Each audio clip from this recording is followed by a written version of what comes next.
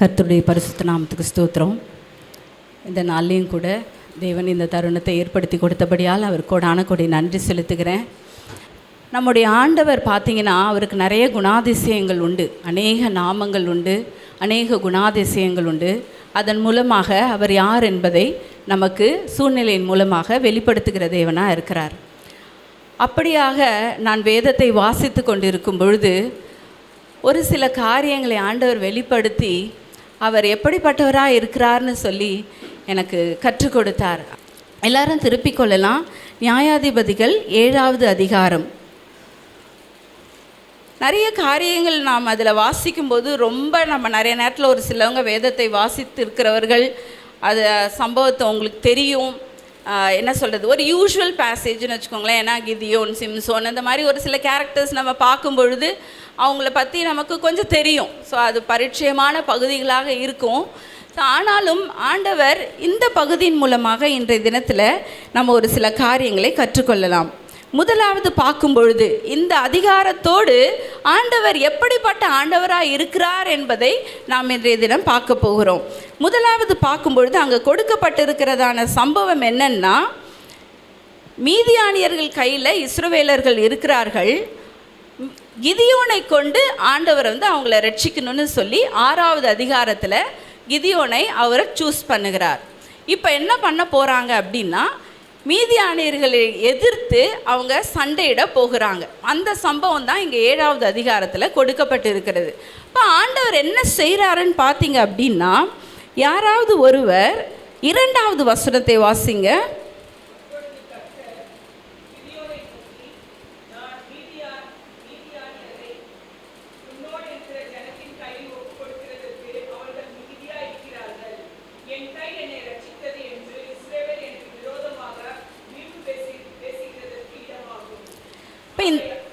போதும்.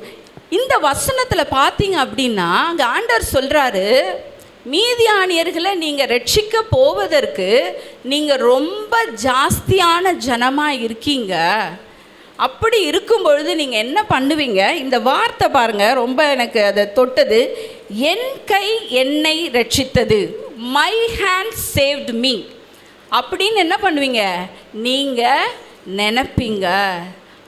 அதனால் நீ என்ன பண்ணு, வரப்போகிற ஒரு சில காரியங்களை ஆண்டவர் அங்கே சொல்கிறார். இப்போ ஆண்டவர் இந்த ஒரு வார்த்தை, இந்த ஒரு வசனத்திலேருந்து நாம் அறிந்த காரியம்தான். ஆண்டவர் பாருங்க, அவருடைய மகிமையை, அவர் செய்கிறதான காரியத்தை வேறு யாருக்கும் அந்த மகிமை போய்விடக்கூடாது என்பதில் அவர் கவனமுள்ளவராக இருக்கிறார். அவர் தம்முடைய மகிமையை வேறு யாருக்கும் விட்டு கொடுப்பதில்லை. ஏன்னா நிறைய நேரத்தில் பார்த்தீங்க அப்படின்னா, நான் செய்தேன், நான் ஜெபித்தேன், நான் இதை இவங்களுக்கு பண்ணினதுனால அவங்களுக்கு அந்த வெற்றி கிடைத்தது, அவங்க அதை மேற்கொண்டாங்க அப்படின்னு சொல்லி நாம் எந்த நேரத்திலும் நாம் செய்கிற காரியத்தை குறித்து மேன்மை பாராட்டாதபடிக்கு எல்லா கனத்தையும் மகிமையும் தேவன் ஒருவருக்கு மாத்திரமே செலுத்த வேண்டும் என்று அவர் விருப்பமுடைய தேவனாய் இருக்கிறார். தேவன் தம்முடைய மகிமையை வேறொருவருக்கும் விட்டு கொடுப்பதில்லை என்று நாம் இதிலிருந்து நாம் அறிந்து கொள்ள முடியும். இந்த 2 வார்த்தைகளும் கொஞ்சம் டேஞ்சரான வேர்டு பார்த்துக்கோங்களேன். நான், என் அப்படின்ற வார்த்தையை கையாளுவதில் நாம் மிகவும் கவனம் உள்ளவங்களாக இருக்கணும். என்ன நோக்கத்தோடு, என்ன எண்ணத்தோடு அதை பேசுகிறோம், செய்கிறோம் என்பது மிக முக்கியம். கிறிஸ்தவர்களாய் நிறைய நேரங்களில் நாம் நிறைய விதத்தில் ஆவிக்குரிய ரீதியில் நாம் பெருமை பாராட்டுகிறவர்களாய் மாறிவிடுவோம். ஆனால் ஆண்டவர் அங்கே சொல்கிறாரு பாருங்க, இப்படி பேசும்பொழுது நான் செஞ்சது என்னை காப்பாத்துச்சு, என்னுடைய காரியம் என் குடும்பத்தை காப்பாற்றினது, நான் இப்படி பண்ணினதுனால எனக்கு இது நிகழ்ந்தது அப்படின்னு சொல்லி நாம் நிறைய நேரத்தில் என்ன காரியத்தில் எதை வேணால் நீங்கள் வைத்துக்கொள்ளலாம். அப்படியாக யோசிக்கும் பொழுது அது எப்படிப்பட்டதாக மாறுது? நீங்கள் வசனத்தில் போடப்பட்டிருக்கிறது, ஆண்டவருக்கு விரோதமாய் நாம் வீம்பு பேசுகிறவர்களாக மாறுவோமா. இப்போ வீம்பு பேசுகிறதுனா என்ன? இப்போ யாராவது ஒன்று சொன்னாங்க அப்படின்னா இல்லை இல்லை இதுதான் அப்படின்னு நம்ம என்ன பண்ணுறோம், அந்த ஆர்கியூ பண்ணி நம்மளுடைய கருத்துக்களையும் நம்மளுடைய எண்ணத்தையும் சொல்கிறோம். அவங்க ஒரு பக்கம் அவங்க பேசுவாங்க. அப்படியாக ஆண்டவர் சொல்கிறாரு, எல்லா மகிமையும் அது என்னுடையது அப்படின்னு அவர் சொல்கிறார். நம்ம என்ன பண்ணுறோம், நான் செஞ்சிட்டேன், நான் பண்ணிட்டேன் அப்படின்னு நினச்சிக்கிட்டு இல்லை இல்லை அது என்னோடது அப்படின்னு என்ன பண்ணுவோமா, நம்ம மறைமுகமாக நேரடியாக நம்ம போய் ஆண்டவர்கிட்ட அப்படி சொல்ல போகிறதில்ல. ஆனால் நாம் பேசுகிற காரியம், நாம் விபதமாக நினைக்கிற காரியம் தேவனுக்கு விரோதமாய் வீம்பு பேசுகிறதாக மாறிவிடும் என்று இங்கே வசனத்திலேருந்து நாம் அறிந்து கொள்ளுகிறோம். ஸோ அதனால் தேவனுடைய மகிமையை முழுவதுமாக நாம் அவருக்கு கொடுப்பதில் மிகவும் கவனமுள்ளவர்களாக இருக்க வேண்டும் என்று இந்த வசனத்திலேருந்து நாம் அறிந்து கொள்ள முடியும். அடுத்ததாக பார்க்கலாம். அதுக்கப்புறம் தொடர்ந்து அங்கே ஒரு சில காரியங்கள் கொடுக்கப்பட்டிருக்கிறது. தேவனுடைய ஆர்மி இல்லை அவருடைய படை அப்படின்னு வச்சுக்கலாமே. ஸோ அப்படியாக அங்கே கிதியோனை கொண்டு ஆண்டவர் என்ன பண்ணுறாரு, ஒரு சில காரியங்கள் மூலமாக சூஸ் பண்ணுறார். சரியா? இப்போ இந்த சம்பவத்திலிருந்து ஆண்டவருடைய படையில் நாம் ஒரு நபராக இருக்கிறோமா, அவரால் சூஸ் பண்ணப்பட்ட ஒரு பாத்திரவான்களாக நாம் இருக்கிறோமா அப்படின்னு சொல்லி இன்றைக்கி நம்மை நாமே நிதானித்து பார்க்க போகிறோம். இப்போ ஆண்டவர் பாருங்கள், இந்த காரியத்தை செய்வதற்கு, ஏன்னா நான் செஞ்சு நான் எல்லாத்தையும் அனுபவித்தேன், நான் பெற்றுக்கொண்டேன்னு நம்ம பெருமை பாராட்டக்கூடாது என்பதற்காக ஆண்டவர் இங்கே ஒரு காரியத்தை செய்கிறார். அவர் என்ன பண்ணுறாருனா, ஷார்ட் லிஸ்ட் பண்ணுறார். இப்போ நிறைய பேராக இருக்கீங்க அப்படின்னு சொல்லிட்டு அந்த எண்ணிக்கையை அவர் குறைக்கும்படியாக அவர் என்ன பண்ணுறார், தன்னுடைய ஜனங்களுக்கு அவர் வெற்றி தரும்படியாக நபர்களை அவர் தேர்ந்தெடுக்கிறார். இப்போ அப்படியாக பார்க்கும்பொழுது இங்கே அடுத்த வசனத்தில் கொடுக்கப்பட்டிருக்கிறது, நீங்கள் என்ன பண்ணுங்க, பயமும் திகிலும் உள்ளவன் எவனோ அவன் திரும்பி கீலேயாத் மலைகளிலிருந்து விரைவாய் ஓடி போக கடவன் என்று நீ ஜனங்களின் செவிகள் கேட்க பிரசித்தப்படுத்து. அப்பொழுது ஜனத்தில் 20,000 பேர் திரும்பி போய்விட்டார்கள், 10,000 பேர் மீதியாய் இருந்தார்கள் அப்படின்னு சொல்லி போடப்பட்டிருக்கு. அப்போ மொத்தமாக எத்தனை பேர் இருந்தாங்கன்னு நினைக்கிறீங்க? மொத்தமாக எத்தனை பேர் இருந்தாங்க? 32,000. சரியா? 22,000 பேர் என்ன பண்ணாங்களாம், போயிட்டாங்க. அங்கே 10,000 அப்படின்னு சொல்லி போடப்பட்டிருக்கிறது 10,000. சரிங்களா? தமிழ் மொழிபெயர்ப்பில் அப்படியாக இருக்குது. அது 10,000ன்றதை தான் ஒரு சில இடங்களில் 10,000 அப்படின்னு சொல்லி போடப்பட்டிருக்கிறது.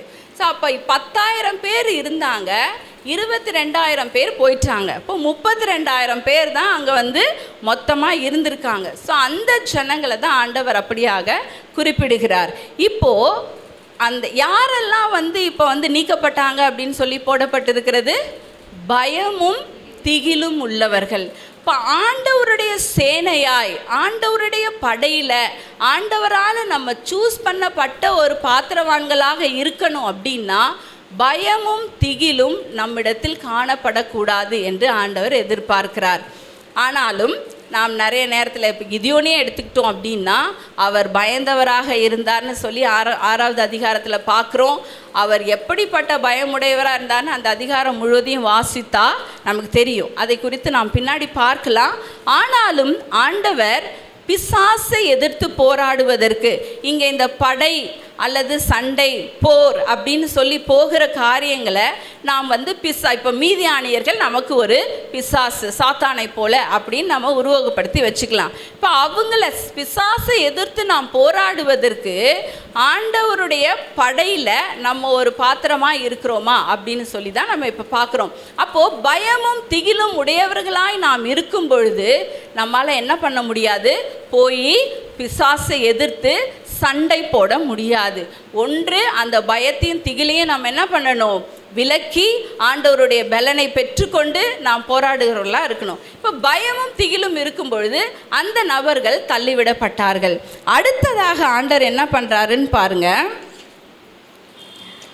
அப்பையும் இப்போ 10,000 பேர் இருக்காங்க. அந்த 10,000 பேருமே ஆண்டவர் சொல்கிறாரு, இதுவுமே எண்ணிக்கையில் ஜாஸ்தியாக இருக்காங்க, அதனால் இன்னும் நீ கம்மி பண்ணு அப்படின்னு சொல்லி ஆண்டவர் சொல்கிறார்.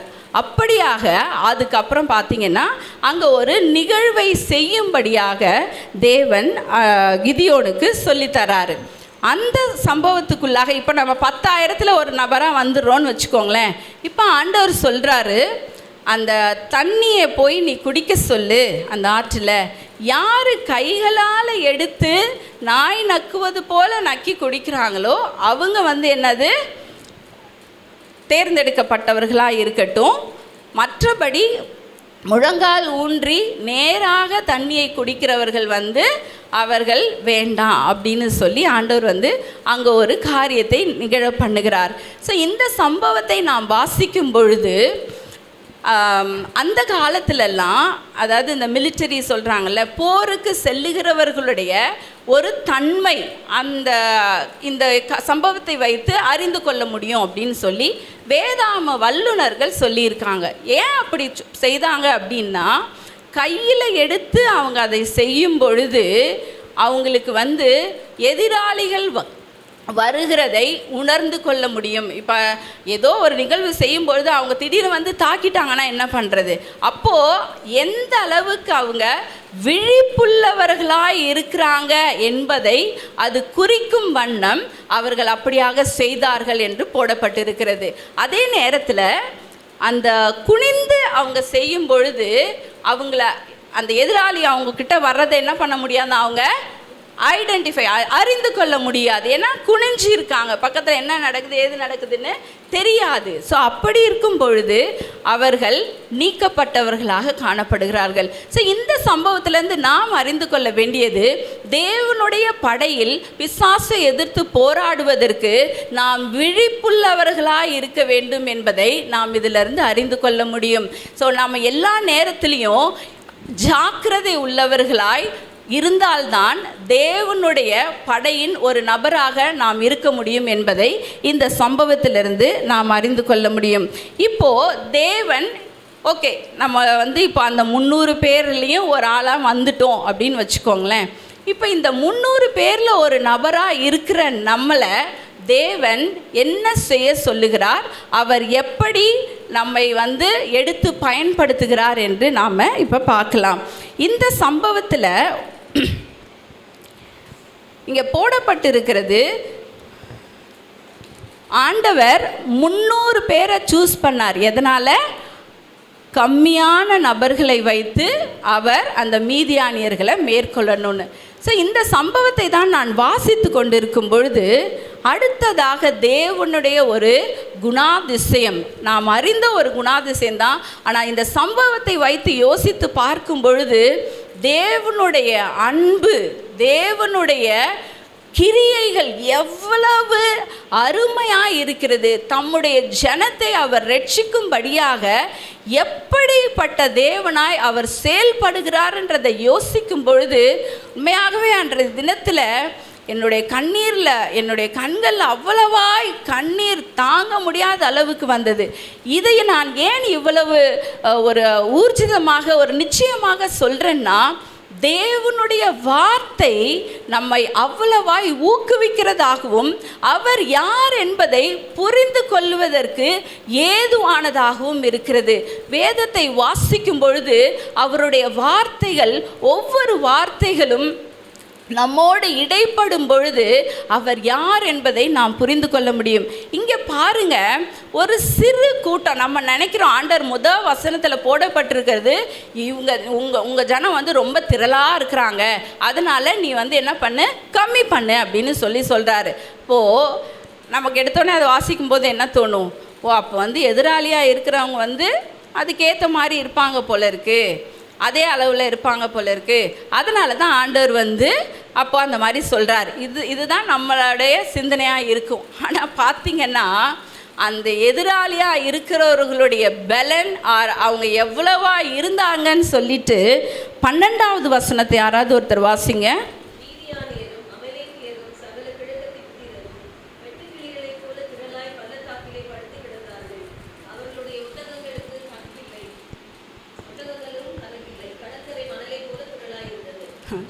அந்த எதிராளி எப்படி இருந்தாங்களாம்? கணக்கில் அடங்காதவர்களாக இருந்தாங்க. அவங்களுடைய ஒட்டகங்களை எண்ண முடியலை, கடற்கரை மணலத்தனையாக இருந்தார்கள் அப்படின்னு சொல்லி போடப்பட்டிருக்கு. அப்படின்னா அந்த பாளையம் முழுவதும் அவங்க என்ன பண்ணியிருக்காங்க? நிரம்பி இருக்காங்க அப்படின்னு சொல்லி போடப்பட்டு இருக்கிறது. ஆனால் ஆண்டவர் பாருங்க, அந்த இஸ்ரவேல் ஜனங்களை தன்னுடைய படையாக அவர் தேர்ந்தெடுத்தது 300 பேர். இப்போ இன்றைக்கி அந்த 300 பேரில் நாம் ஒருத்தராக இருக்கிறோம் அப்படின்னு நினைத்து கொள்ளுங்களேன். அப்போது ஒரு சிறு கூட்டமாய், ஒரு சிறு எண்ணிக்கையில் இருக்கவங்களை கொண்டு ஆண்டவர் எவ்வளவு பெரிய காரியத்தை செய்ய நம்மளை சூஸ் பண்ணியிருக்காருன்னு சொல்லி யோசித்து பாருங்கள். இன்றைக்கி நம்ம நினைக்கலாம், ஆண்டவரே நான் இந்த சமுதாயத்தில் ஒரு ஒதுக்கப்பட்ட ஒரு சூழ்நிலையில் ஒரு சிறு குடும்பமாய் நான் காணப்படுகிறேன். என்னுடைய குடும்பத்தில் இப்படி தான் இருக்காங்க, நாங்கள் இப்படிப்பட்டவங்கன்னு வெளியில் சொல்லிக்கொள்ளக்கூட ஒரு தகுதி இல்லாத நிலையில் நான் இருக்கிறேன். ஒரு வேலை ஸ்தலம்னு எடுத்துக்கிட்டால் நிறைய பேர் நல்ல விதத்தில் நிறையா செய்கிறாங்க. ஆனால் என்னால் அந்த மாதிரி எதையும் பர்ஃபார்ம் பண்ண முடியல. நான் ஒரு ஒதுக்கப்பட்ட ஒரு ஆளாக இருக்கிறேன். ஒரு குடும்பங்கள்னு எடுத்துக்கிட்டோன்னா எங்கள் குடும்பத்தை காட்டிலும் மற்ற குடும்பம்லாம் ரொம்ப நல்லா இருக்காங்க, வசதி வாய்ப்பாக இருக்காங்க. எங்கள் வீட்டில் ஒரு அன்றாட தேவைக்குரிய காரியங்கள் கூட இல்லை, பொருட்கள் கூட இல்லாத ஒரு சூழ்நிலையில் நாங்கள் காணப்படுகிறோம். இந்த சபையை எடுத்துக்கிட்டால் எனக்கு அதை வச்சு தான் ஆண்டவர் சொன்னார். ஒரு சபையாக எடுத்துக்கிட்டால் கூட எவ்வளோ பெரிய பெரிய காரியங்கள், ஒரு ஒழுங்கான மற்ற சபைகளில் இருக்கிறத காட்டிலும் நிறைய இன்ஸ்ட்ருமெண்ட்ஸு, நிறையா இன்ஃப்ராஸ்ட்ரக்சரு, மேடைகள், இப்படி ஒரு பேக்ட்ராப்பு அப்படிலாம் கூட இல்லாத ஒரு சபையாக இருக்கலாம். ஒரு ஒடுக்கப்பட்ட ஒரு ஒதுக்கி வைக்கப்பட்ட ஒரு சபையாக இருக்கலாம். ஆனால் பாருங்கள், ஆண்டவர் சொல்கிறாரு, யாரெல்லாம் நீங்கள் அப்படின்னு நீங்கள் யோசிக்கிறீங்களோ உங்களை கொண்டுதான் பெரிய காரியத்தை ஆண்டவர் செய்வதாக இன்று நமக்கு உரைக்கிறார். 300 பேரை கொண்டு எப்படி எண்ணிக்கைக்கு கண்ணுக்கு எட்டின தூரம் வரைக்கும் இருக்கிறாங்க. கடல் மணல் யோசிச்சு பாருங்க, என்ன முடியலை. ஏன்னா இப்போ 32,000 பேர் தான் மொத்தமாக இஸ்ரவேல் ஜனங்கள் இருந்தாங்க அப்படின்னு சொல்லி யோசிக்கும் பொழுது அவங்க ஒரு எண்ணிக்கைக்கு வராங்க. சரி, அந்த எதிராக இருக்கிறவங்க ஒரு 1 லட்சம், ஒரு 2 லட்சம் பேர் இருந்தாங்க, அப்படி கூட போடப்பட்டிருக்கலாம்ல. அப்போ யோசித்து பாருங்க, அந்த எதிராளியாக இருந்தவர்கள் எவ்வளவு பெரிய ஒரு படையாக இருந்தாங்க அப்படின்னு சொல்லி யோசித்து பாருங்க. அந்த படையை எதிர்ப்பதற்கு ஆண்டவர் நினைத்திருந்தா இந்த 32,000 பேரை கூட அனுப்பி அவர் என்ன பண்ணியிருக்கலாம், செய்திருக்கலாம். ஆனாலும் நம் தேவன் எப்படிப்பட்டவர் என்பதை நாம் உணர்ந்து கொள்ளும் வண்ணமாக அவர் கொஞ்சம் பேரை சூஸ் பண்ணி, உங்கள் குடும்பத்தில் நீ ஒருத்தராக இருக்கலாம், உங்கள் மற்ற குடும்பங்கள் மத்தியில் உங்கள் குடும்பம் ஒரு குடும்பமாக ஆண்டவரை சேவிக்கிறவங்களா இருக்கலாம். அப்படியாக ஒடுக்கப்பட்டு சிறுமைப்படுத்தப்பட்ட ஒரு நபராக நீங்கள் இருக்கலாம். இன்றைக்கி ஆண்டவருடைய படையில் உங்களை கொண்டுதான் ஆண்டவர் சத்துருவை மேற்கொள்ளக்கூடிய வல்லமையை உங்களுக்கு கொடுத்து அவர் எடுத்து பயன்படுத்த அவர் சித்தமுடையவராக இருக்கிறார். யாரெல்லாம் உங்கள் இருதயத்தில் ஐயோ நான் இப்படி இருக்கிறேன்னு நினைக்கிறீங்களோ, நம்முடைய ஆண்டவர் எவ்வளவு அன்புள்ளவர் என்பதை இதிலிருந்து உணர்ந்து கொள்ள முடியும். பாருங்க, அவருடைய அன்பு இஸ்ரவேல் ஜனங்கள் மீது இருந்ததனால் மாத்திரமே அவர் இப்படிப்பட்ட ஒரு மகத்தான காரியத்தை செய்தார் என்று நாம் பார்க்க முடியும். நியாயாதிபதிகள் புத்தகம் இல்லை, அதுக்கு முன்னாடி யோசுவா, இன்னும் அதே வருகிறதான அந்த ராஜாக்கள் காலத்தில் கொடுக்கப்பட்டிருக்கிறதான 1 ராஜாக்கள், 2 ராஜாக்கள், சாமுவேல், எல்லா புத்தகங்களிலும் பார்த்தீங்கன்னா இஸ்ரவேல் ஜனங்கள் கர்த்தருக்கு பொல்லாப்பானதை செய்தார்கள், கர்த்தருக்கு பொல்லாப்பானதை செய்தார்கள்னு அநேக இடங்களில் ராஜாக்களை குறித்தும் சரி ஜனங்களை குறித்தும் சரி போடப்பட்டிருக்கிறது. ஆனால் பாருங்க, ஆண்டவர் ஒரு நாள் அவங்க ஜனங்களை கைவிடவே இல்லை. அவர் அவ்வளவு இரக்கமுள்ளவராய் அந்த ஜனத்துக்காக திரளான அந்த கூட்டத்தை எதிர்த்து போராடும்படிக்கு அந்த சிறு கூட்டமான ஜனத்தை அவர் தேர்ந்தெடுத்து தம்முடைய மகிமையை விளங்க பண்ணினார் அப்படின்னு சொல்லி நம்ம இதிலேருந்து அறிந்து கொள்ள முடியும். ஸோ தேவன் மிகவும் அன்புள்ளவராக இருக்கிறார். அவரை போல நம்மை நேசிப்பதற்கு இந்த உலகத்தில் வேற யாருமே கிடையாது. அவருடைய அன்பு அவ்வளவாய் நம் மீது ஊற்றப்பட்டிருக்கிறது. ஸோ அதனால தான் இங்கே பார்த்தீங்க அப்படின்னா தேவன் அந்த ஒரு ரட்சிப்பை ஒரு சிறு கூட்டத்தை கொண்டு அவர் செய்தார் என்று சொல்லி நம்ம பார்க்குறோம். அடுத்ததாக பார்க்கும் பொழுது பாருங்கள், இப்போது தேவன் தம்முடைய மகிமை யாருக்கும் விட்டு கொடுக்கிற தேவன் இல்லைன்னு சொல்லி முதல்ல பார்த்தோம். அடுத்ததாக தேவன் மிகவும் அன்புள்ளவர் என்று எப்படிப்பட்ட அன்புள்ளவராக இருக்கிறார் அப்படின்னு சொல்லி நம்ம இந்த சம்பவத்திலேருந்து பார்த்தோம். அடுத்ததாக தொடர்ந்து நான் ஆரம்பத்தில் சொன்னது போல் நம்முடைய ஆண்டவர் ரொம்ப ஒரு இன்ட்ரெஸ்டிங் காட். வேதத்தை எடுத்து வாசிக்கும் பொழுது ஒவ்வொரு இடத்திலும் அவர் ஜனங்களை மீட்கவோ இல்லை ரட்சிக்கவோ இல்லை சண்டை நடக்கும் பொழுது இல்லை போர் நடக்கும் பொழுது அவர் எப்படியாக தம்முடைய ஜனத்துக்கு வெற்றி கொடுத்தார் என்பதை நாம் வாசிக்கும் பொழுது ரொம்ப ஒரு ஆர்வமுடைய நம்முடைய ஆர்வத்தை தூண்டக்கூடியதாக இருக்கும். ஸோ நம்ம ஆண்டவர் ஒரே மாதிரி செயல்படுகிற தேவன் அல்ல. அவர் ஒவ்வொருவர் வாழ்க்கையிலும் ஒவ்வொரு விதமாக அவர் செயல்படுகிறார் என்பதை நாம் இதிலிருந்து அறிந்து கொள்ள முடியும். எனக்கு செஞ்ச மாதிரியே, என்னை காப்பாற்றின மாதிரியே அவர் உங்களுக்கு செய்ய மாட்டார். உங்களை காப்பாற்றி உங்களுக்கு செய்கிற விதம், உங்களை ஆசீர்வதிக்கிற விதம் அது வேறு மாதிரி இருக்கும். ஸோ அப்படியாக பார்க்கும் பொழுது இந்த இடத்துல இந்த நியாயாதிபதிகள் புத்தகம் 7வது அதிகாரத்தில் தேவன் எப்படி ஜனங்களுக்கு ரட்சிப்பை கட்டளையிட்டார்னு சொல்லி பாருங்களேன். 9வது வசனத்தை யாராவது வாசிங்க.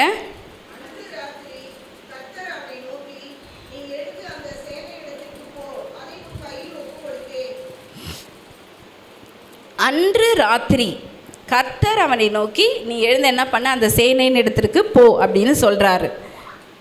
அதுக்கு அடுத்த வசனத்தில் போடப்பட்டிருக்கிறது பாருங்க, போக பயப்பட்டாய் ஆனால் முதல் நீயும் உன் வேலைக்காரனாகிய பூராவும் சேனையின் இடத்திற்கு போய் அப்படின்னு சொல்லி அங்கே சொல்கிறார். நீ போய் செய்யி, உனக்கு அந்த சேனையை அவ்வளோ திரளான ஜனங்களை உன் கையில் ஒப்பு கொடுத்துட்டேன் அப்படின்னு சொல்கிறார். ஆனாலும் நீ பயப்பட்டன்னா நீ என்ன பண்ணு, முதல்ல உன் வேலைக்காரனை உன்னோட கூட்டிக்கிட்டு போ அப்படின்னு சொல்லி சொல்கிறார். இந்த சூழ்நிலையில் நிறைய நேரத்தில் நம்மளும் இருப்போம். ஆண்டவருடைய வார்த்தை, ஆண்டவர் ஒரு சில நேரம் பிரத்யட்சமாக நம்மக்கிட்ட பேசுவார், ஊழியக்காரர்கள் மூலமாக பேசுவார், நம்ம வேதத்தை வாசிக்கும் பொழுது பேசுவார், இதை செய்யுங்க, இப்படி பண்ணுங்க அப்படின்னு சொல்லுவார். ஆனாலும் நமக்கு ஒரு சில நேரம் அவர் சொன்னதை செய்வதற்கு ஒரு பயம் இருக்கும், அதை செய்ய மாட்டோம். ஐயோ இப்படி இது ஆண்டவர் தான் பேசுகிறாரா, ஒரு சந்தேகம் வந்துவிடும். இப்போ அதுபோல் ஒரு சூழ்நிலையில் அங்கே ஆண்டவர் பாருங்கள் எவ்வளவாய் நம்மளை புரிந்து கொள்ளுகிற தேவனாக இருக்கிறாருன்னு சொல்லிட்டு. என்ன கிடியோன், அப்போ தான் நீ பயந்து போய் கீழே உட்காந்து போர் அடிச்சுக்கிட்டு இருந்த, உன்னை கூப்பிட்டு இந்த காரியத்தெல்லாம் செய்யணும்னு சொல்லி இவ்வளோ தூரம் நடத்தி உன்னை கொண்டு வந்திருக்கிறேன், அப்பையும் நீ பயப்படுறியே அப்படின்னு அங்கே ஆண்டவர் என்ன பண்ணல, கிதியோன்கிட்ட கேட்கல. நீ பயந்தன்னா நீ என்ன பண்ணு, உன் கூட துணைக்கு ஒரு ஆளை கூட்டிகிட்டு போ அப்படின்னு சொல்கிறாரு. இப்போ ஆண்டவர் இப்படிப்பட்ட சூழ்நிலையிலையும் இந்த ஆண்டவரை பற்றி தெரிஞ்சு அறிஞ்சு எல்லாத்தையும் செய்திருந்தாலும் நாம் பயப்படுகிறவர்களாய் காணப்படுவோமானால் அப்பையும் கர்த்தர் நமக்கு ஒரு சான்ஸ் தரார். அந்த ஆண்டவர் நம்மளை அவ்வளவா புரிந்து கொள்ளுகிற தேவனாக இருக்கிறார்.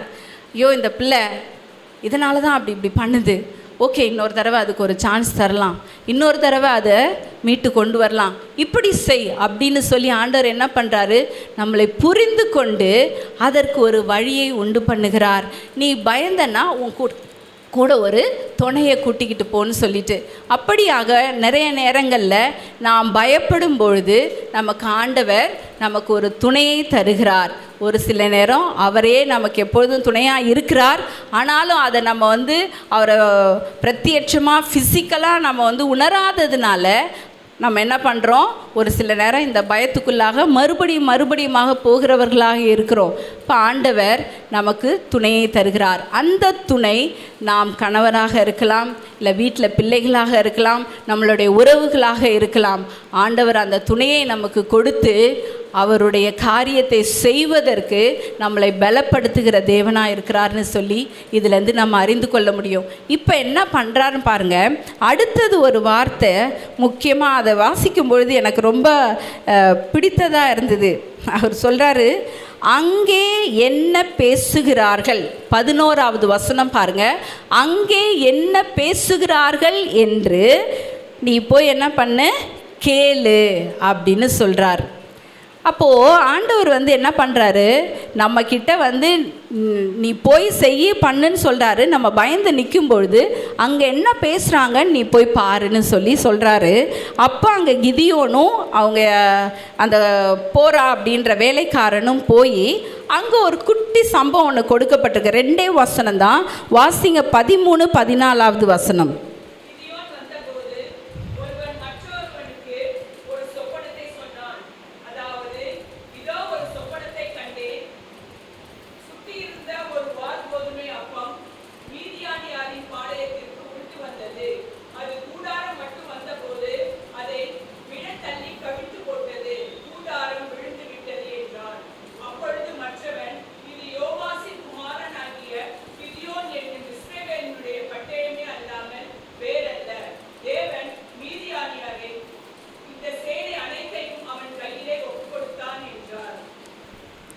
வாசிக்கும் போதே புரிஞ்சிருக்குன்னு நினைக்கிறேன் அவங்க என்ன அங்கே நடந்தது அப்படின்னு சொல்லிட்டு.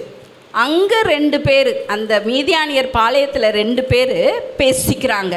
ஸோ அதை தான் போய் ஆண்டவர் சொல்கிறாரு, நீ அங்கே போய் அவங்க என்ன பேசிக்கிறாங்கன்னு நீ கேளு. அப்போ என்ன பண்ணும், உன்னுடைய கை பலப்படும் அப்படின்னு சொல்லி அனுப்புகிறார்.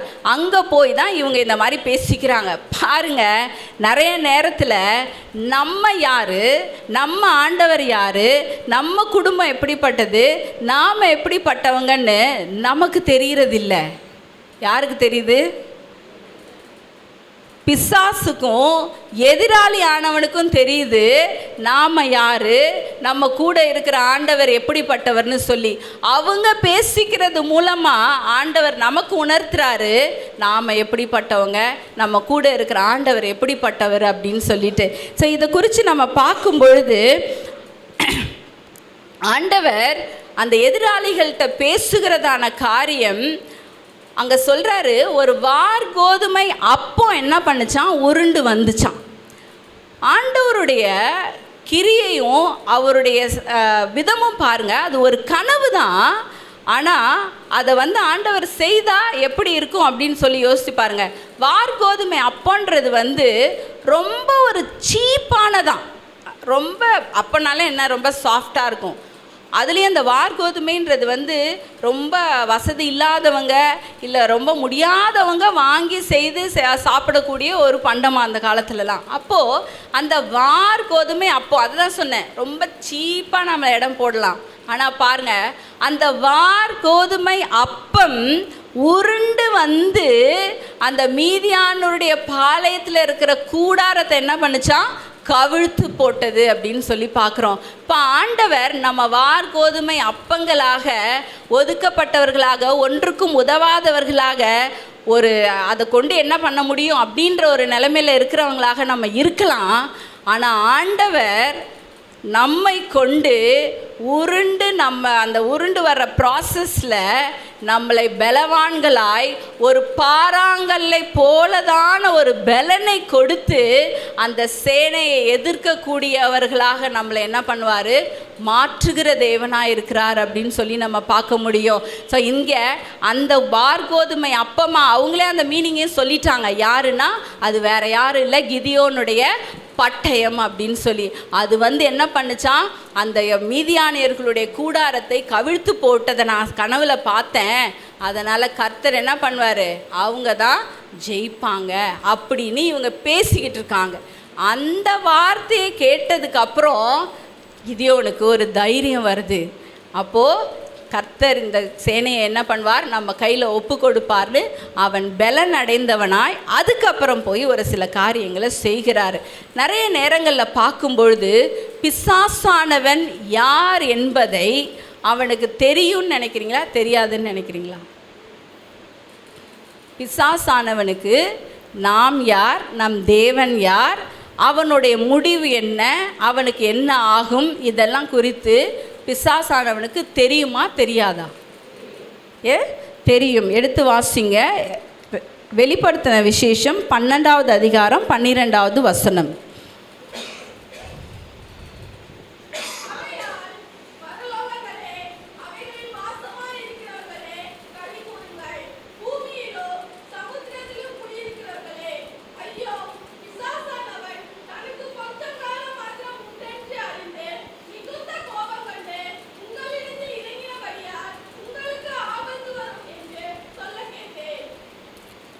அவனுக்கு கொடுக்கப்பட்டிருக்கிற காலம் என்னவா?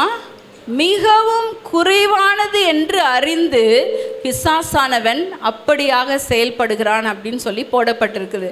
ஸோ இந்த வசனத்திலேருந்து நாம் அறிந்து கொள்ள முடியும், பிசாசானவனுக்கு அவனுக்கு கொடுக்கப்பட்டிருக்கிற காலம் என்ன, அவனுக்கு ஏற்பட போகிறதான முடிவு என்ன, நாம் எப்படிப்பட்டவர்கள், தேவன் எப்படிப்பட்டவர், எல்லாவற்றையும் அவன் அறிந்தவனாய் இருக்கிறான். அப்படியாக அவன் அதனால தான் என்ன பண்ணுறாரு, பேதுரு சொல்கிறாரு, அவன் கெர்ஜிக்கிற சிங்கம் போல எவனை விழுங்கலாமோ வென்று வகை தேடி சுற்றி திரிகிறவனாக இருக்கிறான் அப்படின்னு சொல்லி நம்ம பார்க்குறோம். நம்ம நிறைய நேரத்தில் நினைக்கிறோம், பிசாசானவனுக்கு இது போன்ற காரியங்கள்லாம் ஒன்று தெரியாது, அவன் நம்மளை எதுவும் செய்ய முடியாது அப்படின்னு சொல்லி. இங்கே அந்த பிசாசினிடத்தில் நாம் யார் எப்படிப்பட்டவர்கள் என்பதை வெளிப்படுத்தி அங்கே பேசிக்கிறாங்க. ஆனால் அந்த சம்பவத்திலேருந்து நாம் அறிந்து கொள்ள வேண்டியது என்னன்னா, பிசாசானவனுக்கு நாம் யார், நாம் தேவன் யார், அவன் யார் என்பது எல்லாமே தெரியும்.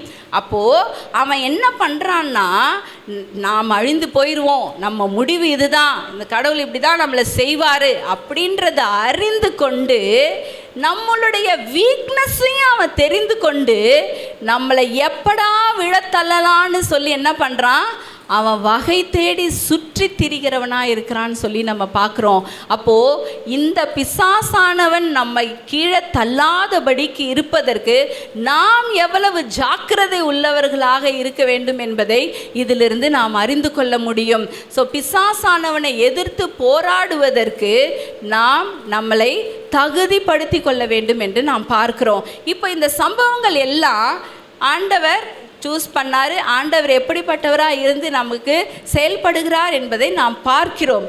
அதே நேரத்தில் இப்போது ஆண்டவருடைய அந்த 300 பேரில் ஒரு கூட்டமாக நம்மளை ஆண்டவர் வச்சிருக்கிறாருன்னு வச்சுக்கோங்க. என்ன செய்து ஆண்டவர் அந்த வெற்றியை இறுதியாக அவங்களுக்கு கொடுத்தார் அப்படின்னு சொல்லி பார்த்தோம் அப்படின்னா ரொம்ப சிம்பிள், ஒன்றும் இல்லை. முதல்ல நாம் ஆண்டவருடைய படையில் இருப்பதற்கு நம்மை விட்டு கொடுக்க வேண்டும். அவர் என்ன செய்ய சொல்லுகிறாரோ அதை நாம் செய்ய வேண்டும் என்பது தான் இங்கே நாம் கற்றுக்கொள்ள வேண்டிய கூடிய காரியம். ஏன்னா அந்த 300 பேரை கொண்டு அவங்க என்ன பண்ணலை, ஐயோ இவ்வளோ பெரிய ஜனங்களாக இருக்காங்க, என்ன இந்த ஆண்டவர் இப்படி நம்மளை கொண்டு வந்து 300 பேர் நம்மளை மட்டும் வச்சு சண்டை போட விடுறாரே அப்படின்னு சொல்லிட்டு அவங்க என்ன பண்ணல, அவங்க ஓடி போயிடலை. ஆண்டவர் நம்மளை சூஸ் பண்ணியிருக்கார், என்ன சொல்கிறாரோ நம்ம செய்வோம். கிதியோன் கொடுத்த இன்ஸ்ட்ரக்ஷன்ஸ், ஆண்டவர் கிதியோனுக்கு சொன்ன ஒவ்வொரு காரியத்தையும் கிதியோன் வந்து அந்த ஜனங்களுக்கு சொல்கிறாரு. அந்த சொன்ன ஒரு காரியத்தையும் அவர் என்ன பண்ணுறாங்க, அவங்க செய்கிறதை நாம் பார்க்க முடியும். என்ன சொன்னாங்களோ அதை செஞ்சாங்க. ஆண்டவருடைய அந்த காரியங்கள் சொன்னல இன்ட்ரெஸ்டிங்கான திங்குன்னு சொல்லிட்டு, இங்கே பார்த்தீங்க அப்படின்னா அவங்க கையில் என்ன வச்சுருக்காங்க, ஒரு பானை, ஒரு கேண்டில், ஒரு தீவெட்டி, அதுக்கப்புறம் எக்காலத்தை ஊதுறாங்க, பானையை உடைக்கிறாங்க, தீவெட்டியை கையில் பிடிச்சிருக்காங்க. அவ்வளோதான் அவங்க செஞ்சாங்க, வேறு எதுவுமே அவங்க என்ன பண்ணல, செய்யலை. ஆனால் ஆண்டவர் இதை செய்யும் பொழுது அவங்க அந்த மீதியானியர்கள் அவ்வளவு பேர் என்ன பண்ணாங்களாம், ஓடி போனாங்க அப்படின்னு சொல்லி பார்க்குறோம். இப்போ ஆண்டவர் எப்படி ஒரு காரியத்தை நம்ம எதுவுமே என்ன பண்ணல, செய்யலை, இந்த ஒரு சின்ன விஷயத்தை தான் செய்யுங்கன்னு சொல்கிறாரு, அவங்க செஞ்சாங்க. போய் கத்தியை எடுத்து அந்த எதிராளியாக இருக்கவங்கள வீழ்த்துறதோ பண்ணுறதோ அதெல்லாம் எதுவுமே பண்ணலை. ஸோ இங்கே பார்த்தீங்கன்னா கர்த்தர் இப்படி ஒரு அற்புதத்தை செய்து அவர்களை மீட்டார்னு சொல்லி நம்ம பார்க்குறோம். இது மாதிரி அநேக காரியங்களை நம்ம வேதத்தில் நம்ம வாசிக்க முடியும். ஏன் இதை நான் சொல்கிறேன் அப்படின்னா, ஆண்டவர் பிசாசை எதிர்த்து போராடுவதற்கு நம்மை ஒவ்வொரு விதத்திலையும் இல்லை பல விதத்தில் நம்மை பழக்குவித்து அவர் ரட்சிப்பை கட்டளையிடுகிற தேவனாக இருக்கிறார்னு சொல்லி நம்ம அறிந்து கொள்ள முடியும். இங்கே பார்த்தீங்கன்னா, இஸ்ரவேல் ஜனங்களை காப்பாற்றுவதற்கு யோசேப்பை ஆண்டவர் எடுத்து பயன்படுத்தினார். என்ன செய்தார்? அடிமையாக இருக்க வச்சு அவனை பல பாடுகளுக்குள்ளாக கடத்தி சென்று அதுக்கப்புறம் பார்த்தீங்க அப்படின்னா அந்த இஸ்ரவேல் ஜனங்கள் முழுவதையும் எகிப்தியர் அந்த பஞ்ச காலத்தில் காப்பாற்றும்படிக்காக எடுத்து பயன்படுத்தினார் அப்படின்னு சொல்லி நம்ம பார்க்குறோம். சிம்சோனை எடுத்துக்கிட்டிங்கன்னா இன்னும் பயங்கரமாக இருக்கும். அவர் எவ்வளவோ காரியங்களை செய்தாலும் அந்த கடைசி ஒரு விசை ஒரு ஜெபம் பண்ணுறார், ஆண்டவரே என்னோடு கூட சேர்ந்து இந்த ஜனங்கள் என்ன பண்ணட்டும், மடிந்து போகட்டும் அப்படின்றப்போ சிம்சோனை கொண்டு அவன் உயிரோடு இருந்து அழித்த ஜனங்களை காட்டிலும் அந்த கடைசி நேரத்தில் அழிந்து போனவர்கள் அதிகம் அப்படின்னு சொல்லி போடப்பட்டிருக்கிறது. ஸோ அப்படியாக சிம்சோனை கொண்டு அவர் ஒரு பெரிய ரட்சிப்பை கட்டளையிட்டார். அடுத்ததாக பார்க்கும்பொழுது தாவீது கோலியாத் உங்களுக்கு தெரியும். 2 நாளாகமத்தில் யோசபாத்தை குறித்து பார்க்கும் பொழுது ஒன்றுமே அவங்க பண்ணலை. எங்களுக்கு இதை எதிர்த்து நிற்க பலன் இல்லையா ஆண்டவரே, நாங்கள் இப்படிப்பட்ட ஒரு கூட்டமாக இருக்கோம், இவ்வளோ பேர் எங்களை எதிர்த்து வந்து நிற்கிறாங்கன்னு யோசபாத் ஒரு விண்ணப்பத்தை செய்துட்டு பாடி துதிக்கும்படியாக அங்கே ஒரு கூட்டத்தை நிறுத்தினார். அவ்வளோதான் அவங்க செய்தது. அந்த கூட்டமாக சேனையாக போய் பாடி துதித்தார்கள். அங்கே என்ன பண்ணார் ஆண்டவர்? ஒரு வெற்றியை கட்டளையிட்டார். ஒருத்தர் கொன்று போட்டு அவங்க அழிந்து போனாங்க அப்படின்னு சொல்லி வேதத்தில் பார்க்குறோம். அப்படியாக நம்மளுடைய ஆண்டவருடைய கிரியைகளை நீங்கள் ஒன்றொன்னா யோசித்து பாருங்கள். எப்படியெல்லாம் ஆண்டவர் கிரியை செய்திருக்கிறார். ஏன்னா நிறைய நேரத்தில் நாம் அதை உணராதவர்களாக இருக்கிற பட்சத்தில் தான் நமக்கு அவிசுவாசம் வருது. ஒரு காரியங்கள் வரும்பொழுது நம்ம பயந்து போகிறோம். பிசாசானவனை எதிர்த்து நிற்க திராணி இல்லாதவர்களாய் நாம் போய்விடுகிறோம். ஆண்டவருடைய வசனம் அவர் கொடுத்திருக்கிறதான காரியங்களை வாசிக்கும் பொழுது, ஏன்னா அன்னைக்கு என் வாழ்க்கையில் நடந்தது அதுதான். இந்த காரியங்களை வாசிக்கும்போது எனக்குள்ளாக ஒரு தேவ பலன் இறங்குறத என்னால் உணர முடிஞ்சுது. அவருடைய அன்பு அந்த அறையில் என்னை நிரப்புறதை என்னால் உணர முடிந்தது. இது எல்லாத்துக்கும் காரணம் என்னென்னா அந்த வேத வாசிப்பு. வேதத்தை வாசிக்கும் பொழுது அந்த ஜீவனுள்ள வார்த்தைகள் நமக்குள்ளாக போய் நமக்கு ஒரு பலனையும் ஒரு அசாதாரணமான ஒரு நம்பிக்கையும் தருகிறதா இருக்குது.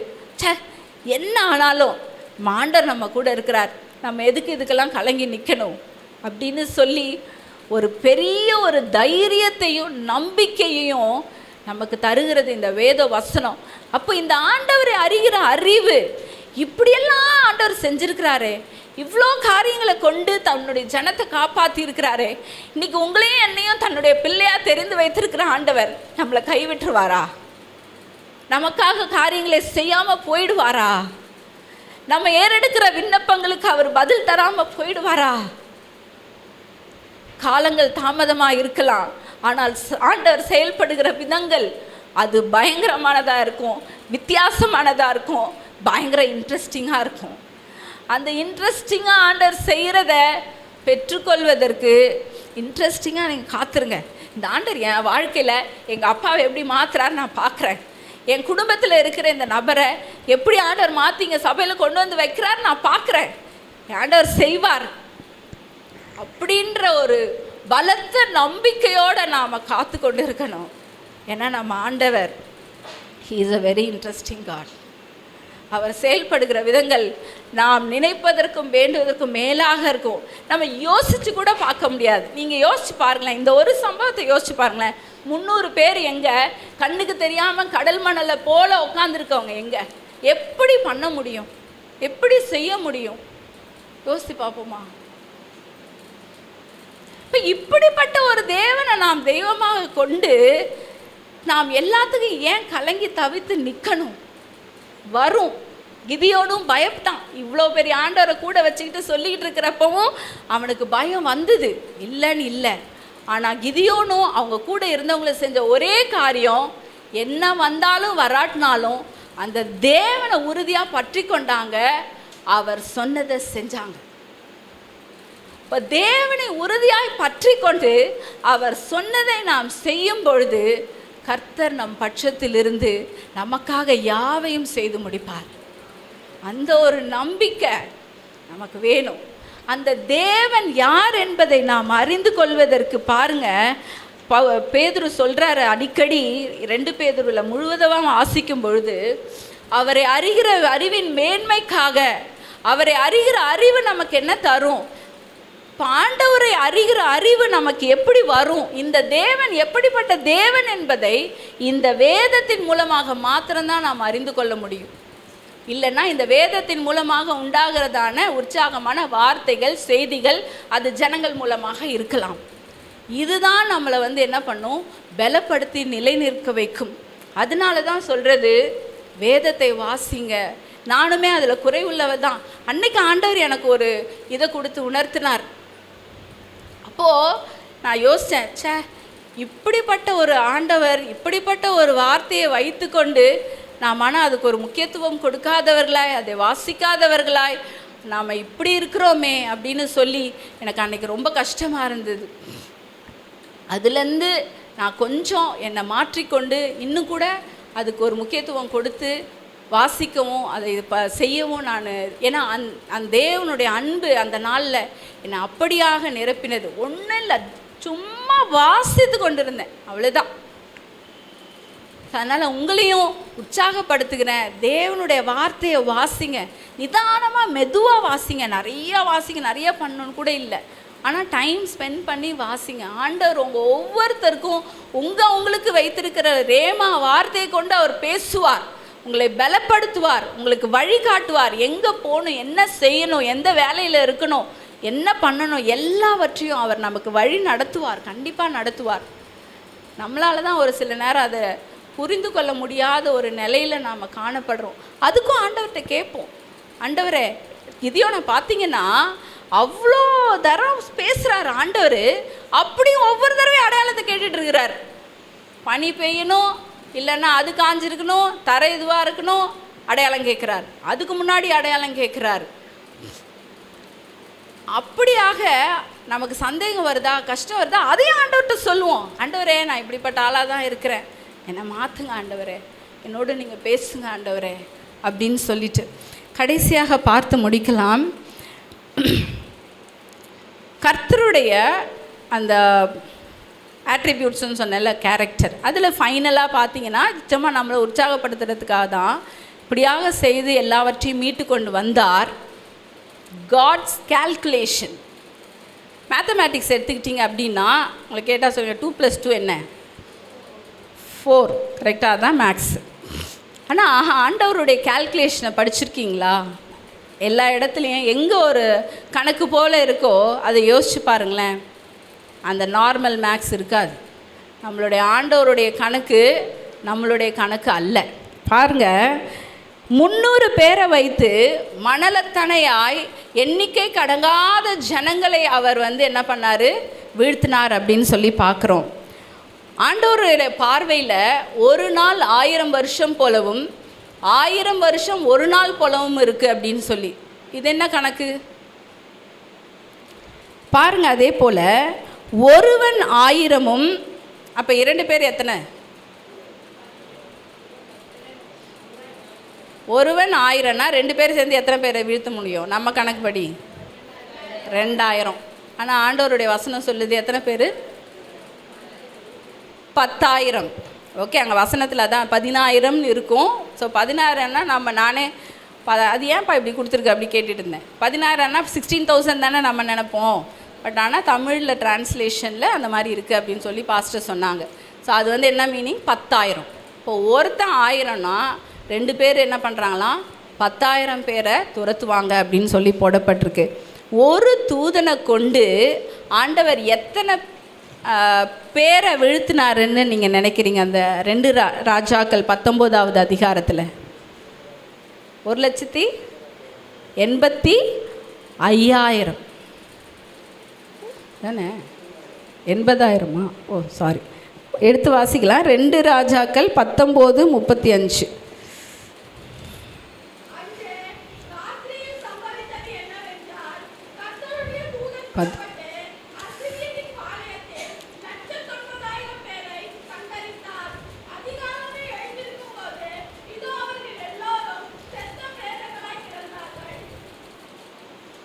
1,85,000, 1,85,000. சரிங்களா?